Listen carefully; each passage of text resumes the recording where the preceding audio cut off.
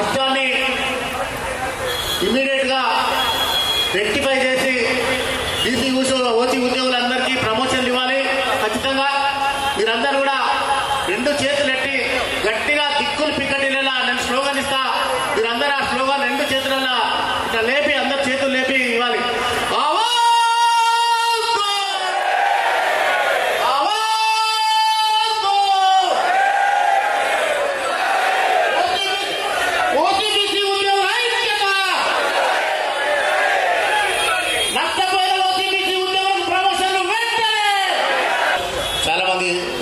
సీఈలు చాలా మంది ఇక్కడికి వచ్చారు. వాళ్ళందరూ కూడా ప్రత్యేకమైనటువంటి ధన్యవాదాలు తెలియజేస్తున్నాం.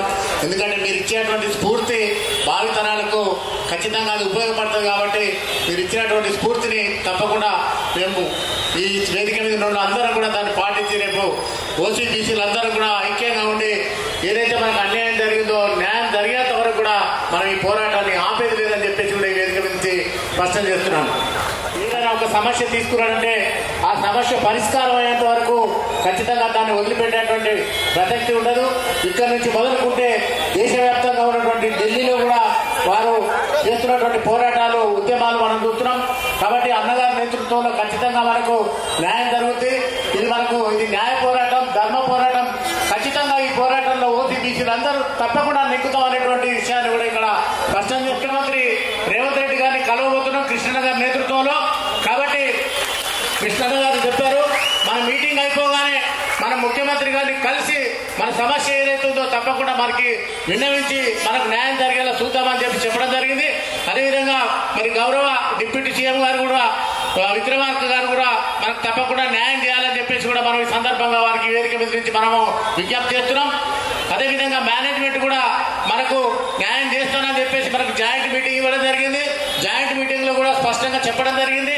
దాదాపు 1:10 నిమిషాలు నిజంగా మనం సీఎండీ గారికి మనం కృతజ్ఞతలు తెలియజేయాలి. ట్రాన్స్కో సీఎండీ గారికి 1:10 నిమిషాలు మనతో చర్చించి డెఫినెట్ గా మనకు న్యాయం చేస్తాము, మేనేజ్మెంట్ తో మాట్లాడతాం, చీఫ్ సెక్రటరీతో మాట్లాడి తర్వాత మరి డిప్యూటీ సీఎం గారితో మాట్లాడి మీ సమస్య పరిష్కారానికి నేను డెఫినెట్ గా నేను ముందుంటానని చెప్పేసి కూడా వారు ప్రామిస్ చేయడం జరిగింది. ఈ సందర్భంగా వారికి మరొకసారి మనం కృతజ్ఞతలు తెలియజేయాల్సినటువంటి అవసరం ఎంతైందని తెలియజేస్తూ మీరందరూ కూడా జరగబోయేటువంటి పోరాటంలో డెఫినెట్ గా ఇంతకంటే ఎక్కువ సంఖ్యలో ఏదైనా పిలిపిస్తే తప్పకుండా అందరూ వచ్చి విజయవంతం చేయాలి. మనకు అవకాశం ఇచ్చి లోపల ధర్నా చేసుకోమని చెప్పి మేనేజ్మెంట్ తర్వాత ఈ టెంట్ వేసుకోవడానికి కానీ అన్నింటి కానీ మేనేజ్మెంట్ మనకు సీఎండీ గారు సహకరించారు. మనందరి తరఫున ఒకసారి సీఎండీ గారికి మనం గట్టిగా చప్పట్లతోటి వారికి ధన్యవాదాలు తెలియజేస్తూ విజ్ఞప్తి చేస్తూ పేరుగా మనం చేస్తున్నటువంటి ఈ శాంతియుత పోరాటం ఏదైతుందో మేనేజ్మెంట్ వాళ్ళు చూస్తున్నారు. ఇక్కడ ఉన్నటువంటి పోలీస్ డిపార్ట్మెంట్ వాళ్ళు అందరూ కూడా చూస్తున్నారు. మనందరం కూడా ఎవరు కూడా ఈ మీటింగ్ అయిపోయేంత వరకు కూడా ఒక్కరు కూడా సీట్ల నుంచి కదలొద్దు. ప్రతి ఒక్కరికి మీ సీటు వరకే వచ్చేసి అందరికీ భోజనాలు ఇక్కడే ఏర్పాటు చేసాం. అందరికీ ఎవరి బాక్స్ వాళ్ళకి ఇస్తాం. దయచేసి మీటింగ్ అయిపోయేంత వరకు కూడా మనం క్రమశిక్షణ తప్పకుండా అందరూ కూడా ఇక్కడే కూర్చొని దీన్ని దిగ్విజయం చేయాలని చెప్పి కోరుకుంటూ యాదాద్రి భువనగిరి జిల్లా నుంచి వచ్చినటువంటి ఉద్యోగులందరికీ స్వాగతం సుస్వాగతం తెలియజేస్తున్నాం. జనం ఇక్కడ ఉన్న తర్వాత కృష్ణన్న గారు ఇక్కడ ఉన్న తర్వాత మన సమస్య పరిష్కారం కాదు అనేటువంటిది డెఫినెట్ గా ఈ ఇంటెలిజెంట్ రిపోర్ట్ ఇప్పుడు గవర్నమెంట్ కి పోతుంది. ముఖ్యమంత్రి గారు డెఫినెట్ గా ఈ జనాన్ని చూసి తప్పకుండా మనకు న్యాయం చేస్తారని చెప్పేసి కూడా మనం ఆశిస్తున్నాం. మరి అదేవిధంగా మీరు ఇంతసేపు ఇంత ప్రశాంతంగా ఇంత డిసిప్లిన్ గా మీరు కూర్చొని ఈ కార్యక్రమం దిగ్విజయం చేస్తున్నారు. మీ అందరికీ నేను మరి జేఏసీ రాష్ట్ర కమిటీ తరఫున శిరస్సు వచ్చి నమస్కారం తెలియజేస్తున్నాను.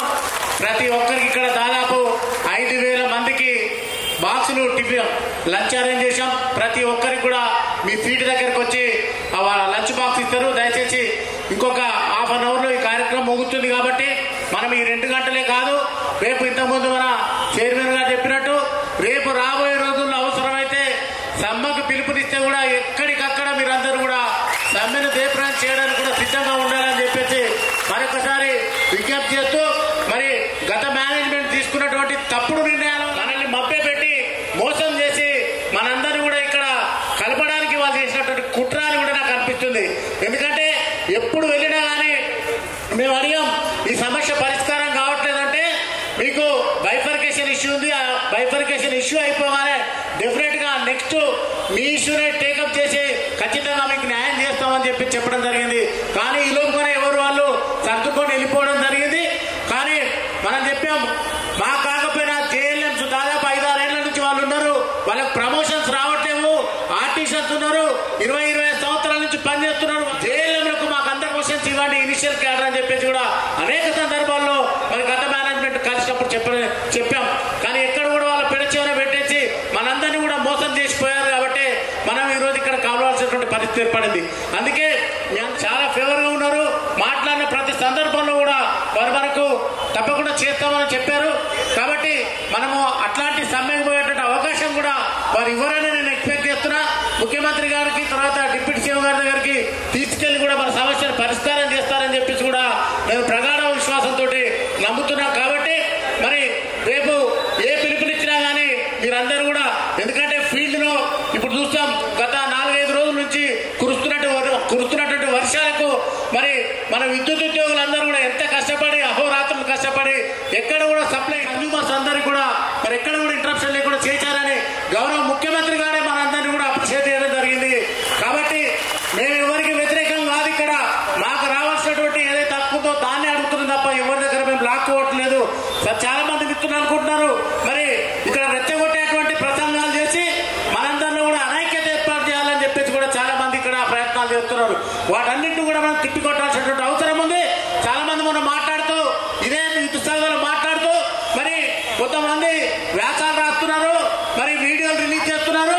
మరి దానివల్ల ఇక్కడ ఉద్యోగులలో మరి తీవ్రమైనటువంటి ఆ వ్యాసాలలో ఇక్కడ తప్పులుంటే ఆ పత్రికలే ప్రచురణ చేయాలన్నటువంటిది గుర్తుపెట్టుకోవాలని చెప్పేసి ఈ వేదిక మీద నేను చెప్తున్నా. మరి ఒకవేళ తప్పుడు వ్యాసం ఉన్నట్టు అక్కడ ఏమన్నా తప్పుడు సమాచారం ఉంటే మనం అడిగాం, చాలా సందర్భాల్లో చెప్పాం. కుమారస్వామి గారు రాసినటువంటి వ్యాసాలు పేపర్లలో వాళ్ళందరూ చదివి చెప్తున్నారు. ఆయన తప్పుడు మొత్తం అందరికీ మరి ఓసీబీసీలు అందరికీ కూడా తప్పుడు ప్రచారం చేస్తున్నాడని. ఒకవేళ తప్పుడు ప్రచారం జరిగి ఉంటే ఈ పార్టీకి మేనేజ్మెంట్ యాక్షన్ తీసుకున్నది. మరి అది కరెక్ట్ కాబట్టి మేము అడుగుతున్నాం, ఎక్కడ తప్పు జరిగిందో వారు మాట్లాడే దాంట్లో వాళ్ళు ప్రచురించినటువంటి పత్రికలలో ఎక్కడ ఒక్క తప్పు ఉన్నా కానీ ఎడిటోరియల్ బోర్డు ఉంటుంది. వాళ్ళందరూ కూడా ఒక్క అక్షరం కూడా తప్పుమైనా కూడా అక్కడ ప్రచురణ చేయరు. మరి మేము అడుగుతున్నాం, ఎక్కడ తప్పు జరిగిందో ఎక్కడ ఆయన మాట్లాడినటువంటి సందర్భంలో ఎక్కడ జరిగిందో మేము ఛాలెంజ్ చేస్తున్నాం.